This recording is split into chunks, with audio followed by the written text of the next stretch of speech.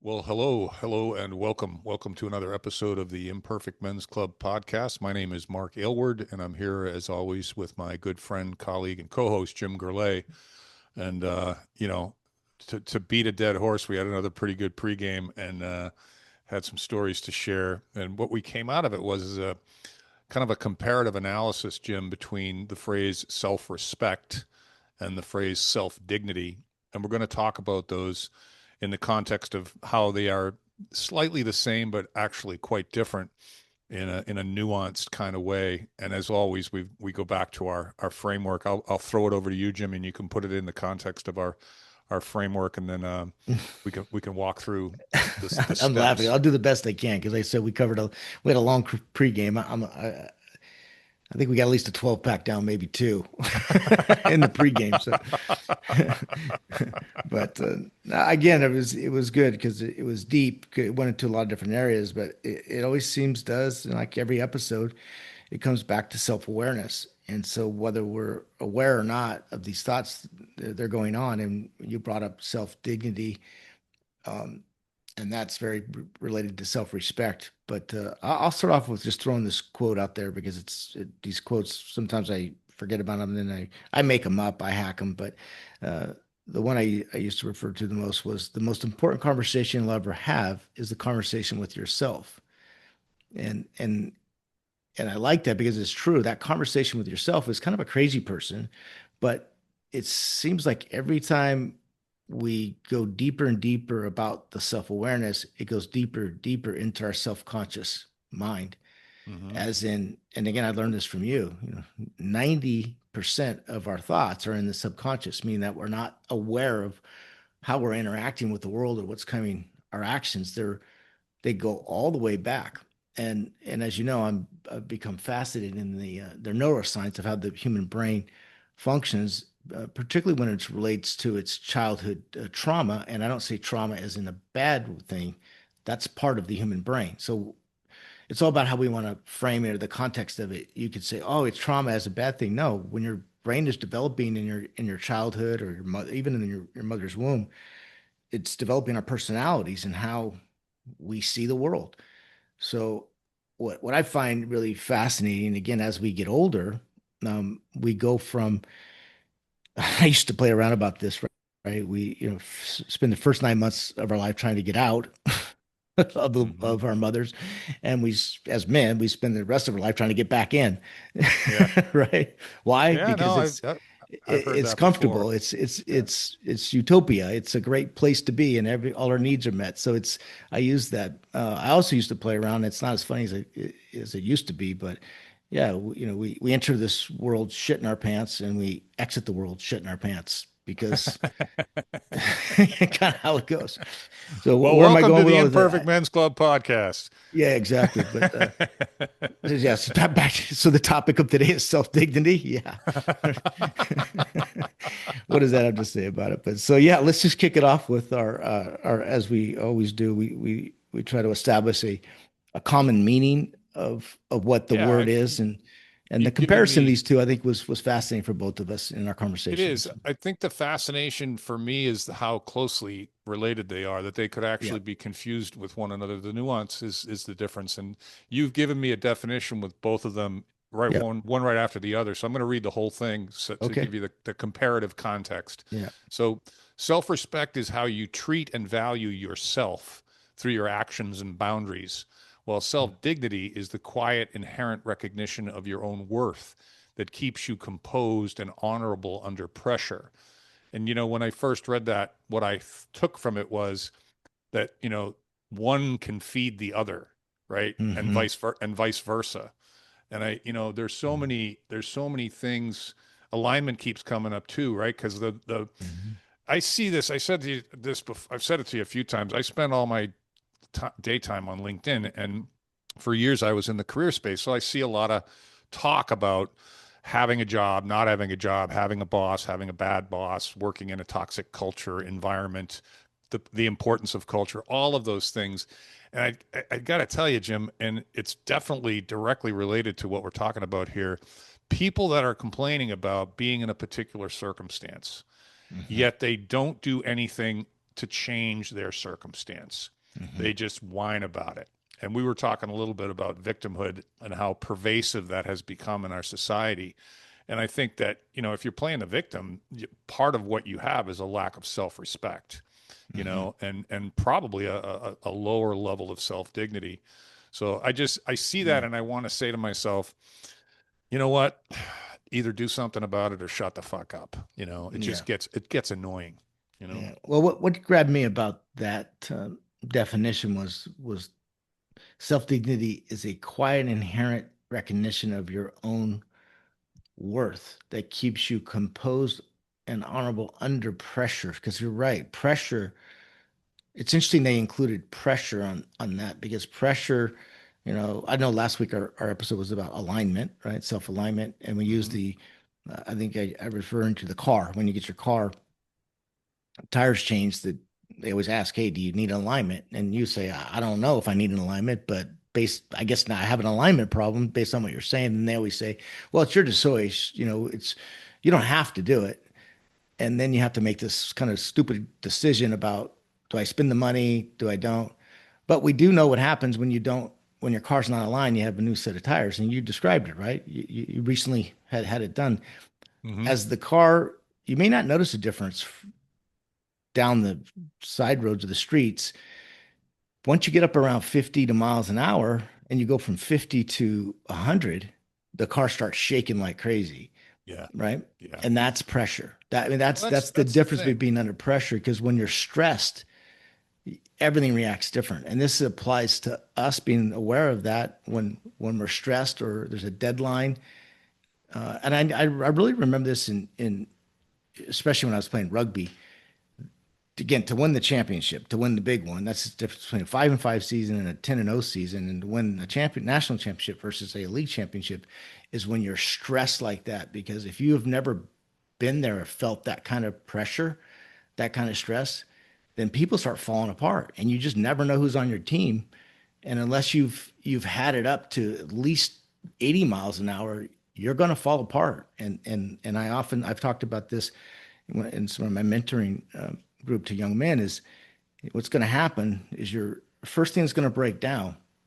This isn't the big game. This is the one where it's all on the line, and you're going to win or lose. And it's going to be the first thing that's going to break down is your body. It's going to get tired. Mm-hmm. As soon as your body breaks down, the next thing that's going to start breaking down, it's because it's stress, is your mind. Mm-hmm. It means you're not going to be thinking. For sure, you're going to get tired and you're not going to be able to be as effective. And then your mind, you're going to start making mistakes. So the difference between a champion and not a champion is your heart. That's all you have. And Yeah. you won't know until you get there. And you hope that you have teammates that will even help you in that one final step. So it is definitely a team sport. Yeah, yeah. Yeah. Sports is we can draw so much from sports as we always try to do. I think the pressure to speak to that, it makes me think of a couple things, and because I really don't, I truly believe that you don't have any idea who someone is until you see them under pressure, That's right. Yeah. and Under and pressure. and Exactly. yeah, Yeah. and so I remember a couple times as my kids were growing up. One in particular time, my daughter fell down and broke her arm, and then another time, my other daughter did a backflip off the pool deck and cracked her head open. Both of them required me to get in the car and go to the emergency room. And I don't know where this comes from, Jim. I don't think I ever earned it. I don't know that it's attributable to my mother or my father or an event of any kind.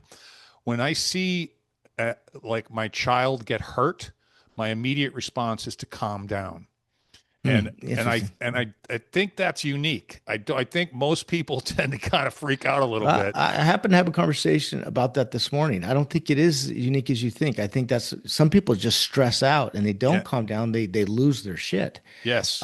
But I completely agree with what you're saying. The I don't want to, again, it's not a comparison, but strong leaders don't fall apart. They actually go Right. into a place of calm and they don't Hmm. even think. They just do.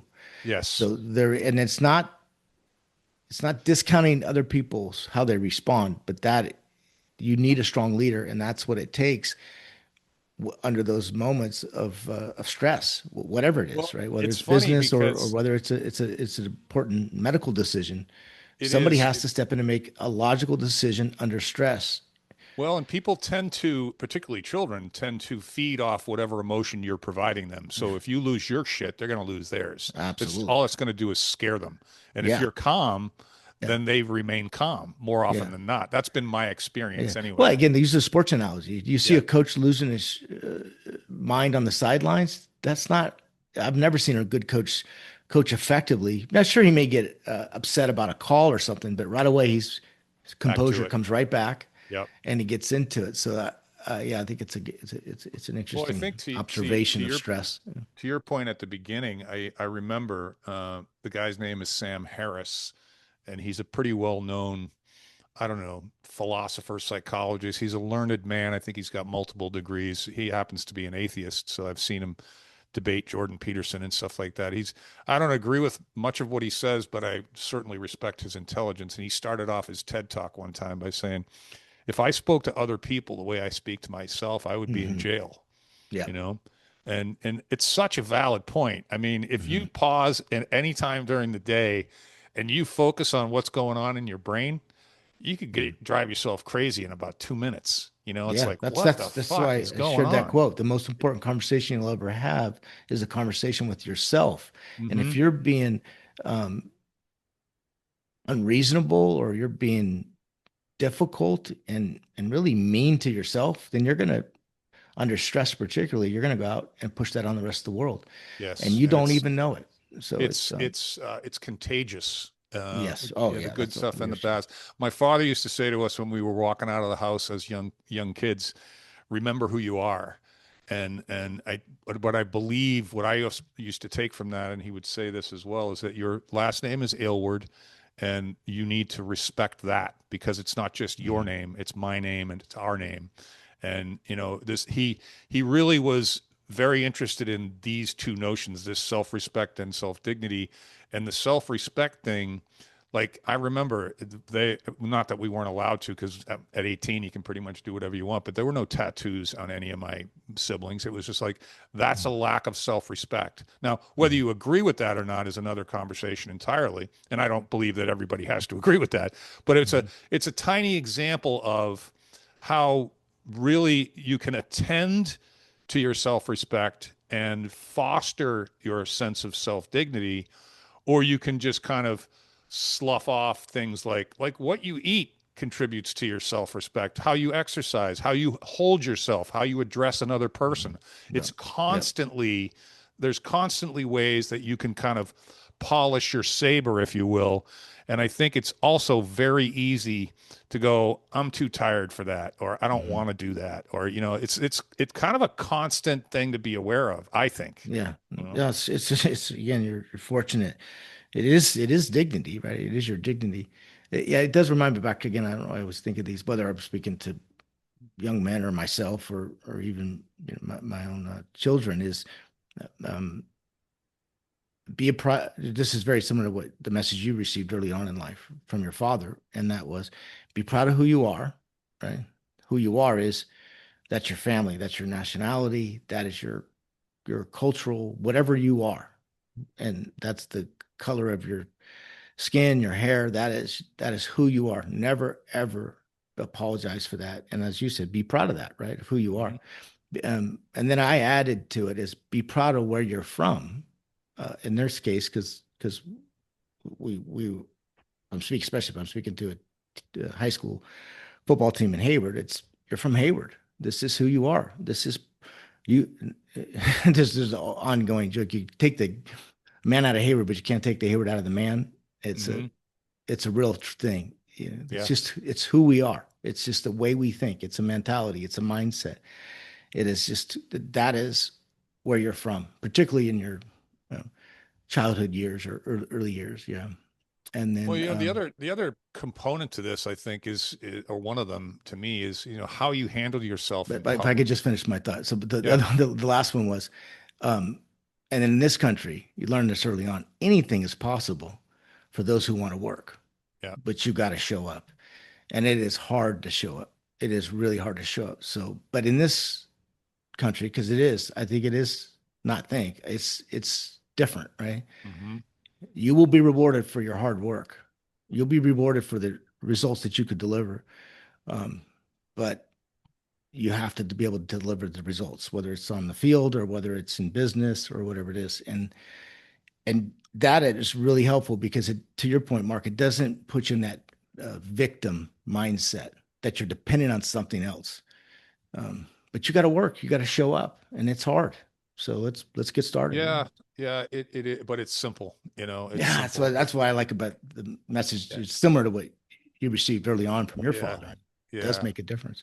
Yeah, well, I think that, again, I think that, it's easy to blame and accuse and look back and look forward, but I think that one of the things I'm proud of is that my children do present themselves to the world, and they are respectful, and they are polite, and they are kind, and they've got flaws, and they don't always do the right thing or say the right thing, but I remember when they would come home from school as real young kids, and it would be report card time, and I'd see little notes on their report card that says, "Yeah, you got straight A's, but also he's the kindest kid in the class. She's the kind she helps other kids in the class." And it's just like, I don't know about you, but I always preferred that to the actual grades. That's cool. Yeah, that's Yeah, cool. it So, is but cool. yeah, read this comparison. I thought this was interesting, and we'll break this down. But back to the difference between self-respect and self-dignity. So let's Yeah, the you've key got a comparisons. you, Yeah. you've got a chart here, and it's basically got the first. There's three columns: feature, self-respect, self-dignity, and then the features go down the left side: core ideas, main Yeah. driver, and response to conflict. And for the self-respect core idea, it says, "I treat myself well and set limits."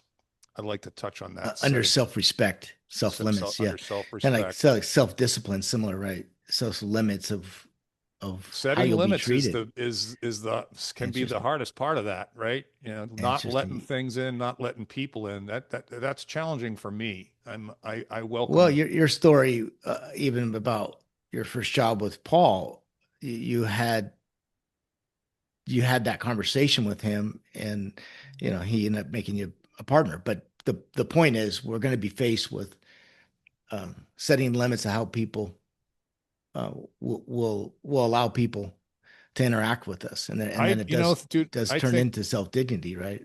yeah, I think that, making sure that other people treat you well to the extent that Mhm. you can, standing up for yourself, I think it's Yep. very important. And I think It's it, also it very difficult when you're it's young difficult. because It's difficult. Yeah. it Yeah. But sounds I tell easy. you that Yeah. interaction with Paul that I took, we laugh about it. He doesn't even remember the incident, Yeah. but he yelled at me in public, and I pulled him off in private. And I said, look, very respectfully, I said, look, I love this job. I like working for you. I'm grateful, and I need this job. But if you ever do that again, I'm walking out the door and you'll never see me again. Well, that's what it I says, right, never, Mark? Self dignity. yeah, I carry myself with honor and composure. So that's you honored your word to yourself, but you had composure. You didn't yell at him, or you no. didn't, And I did it in private. I pulled and you him into his didn't. More office. importantly, you didn't Yeah. quit. Well, what I remember most about that is Yeah. I didn't think about it for one moment. It immediately became clear to me, you have to address this right now or you're fucked, Yeah. right? And Yeah. that would have been my dignity out the window. Yeah. And, Well, what you also didn't realize, you just hit life is a filtration system. I've said mhm. this for years. We're all being filtered. Everything is a trial and a test. What you didn't realize is Paul tested you, and you were on a tryout, and you made the team. In fact, you made more than the team, and that applies to everything. Again, I want to get to these other ones because we're going to run short on time. I think Yeah, I'm just reflecting on what you also did is qualified for a next level position at that moment that you didn't even know. right. Yeah, Yeah, that didn't dawn on me until much later. that's the point. Yeah. So, So yeah. the next category in both self-respect and self-dignity is, what is the main driver? And the main driver of self-respect here are boundaries and self-care. Kind of Mhm. what I was alluding to earlier, what you eat and how much you work out and take care of Yep. yourself. And then in self-dignity, the main driver is inherent worth and grace. And Yeah. Boy, like I said, we could turn a whole episode on those too long. But I do think he's in self-care is super important because you find if somebody this is in our pregame, if somebody is not taking care of themselves, means that they're either out of way, they don't feel good about themselves, or self-care isn't right, then they're probably not going to have a lot of grace with the world. They're going to be in a conflict with their interactions with the world. I don't want to go too much in that, but I think it's very obvious. If you're not taking care of yourself, you're going to have a really hard time to have self dignity and worth and grace, where you have tolerance and patience. yeah, Um, grace is a good word. I it think is, I think yeah. if you set the right boundaries and you take care of yourself, then I think it literally inherently you're going to have a higher level of self-worth and a better capability with regard to grace Hmm. and how you interact with the world. Yep. That's why that's such a cool comparison because they kind of feed off each other. Yeah, So it is. Yeah. the last row is the response to conflict and regarding self-respect, refusing to tolerate mistreatment. Well, there you go. You know, my LinkedIn and toxic work culture analogy, right? I got to tell you, dude, and I think this is a cultural thing now in this country. We not only are we mistreating people to a greater degree, I think, than ever before, or perhaps it's just noisier because of all the communication. We just hear more of it and we see more of it. But I think that it's kind of like the road to hell is paved with good intentions. You know, if you're watching somebody get hurt and you're not stepping in to help, shame on you. But the same is true of yourself. You know, if you're letting Hmm. someone abuse you or speak poorly to you or disrespect you and you don't do anything about it, I'm not talking confrontation or fighting. I'm just Hmm. talking speaking up for yourself. Right. Shame on With you. grace, though. Yeah. Shame on you, you Yeah. know?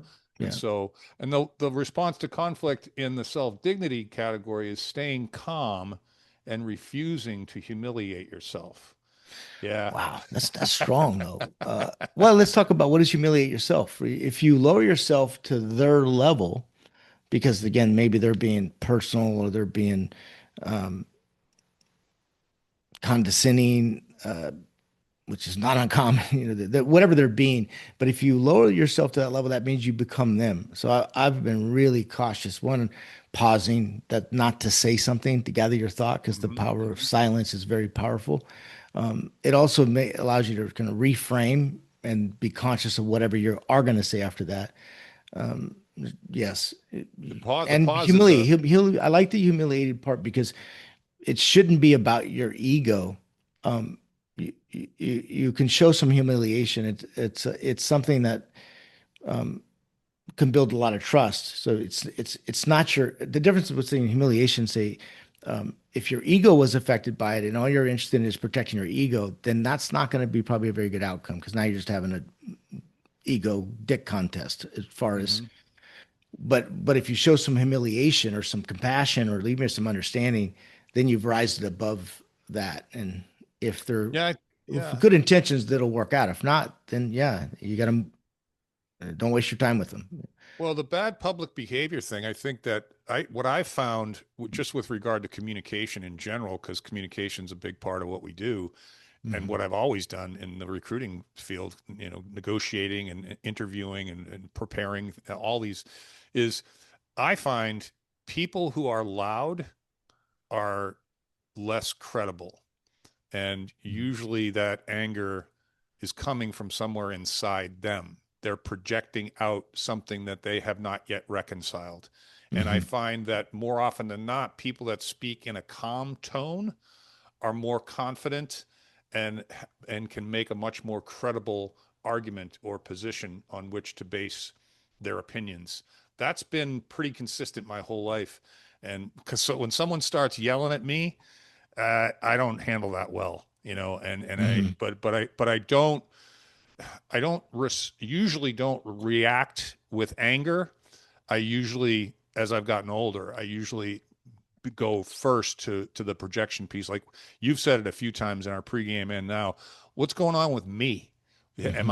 Am I eliciting this behavior? Am I encouraging this behavior? Yep. Or do I just need to kind of figure out how I want to respond to it? And you gave an example of just saying absolutely nothing. I think that's a great way to humiliate someone who's screaming is It's just shut definitely the up. most effective way and Yeah. powerful. Yeah. Yeah. The other one, that's another quote I've used to use it often.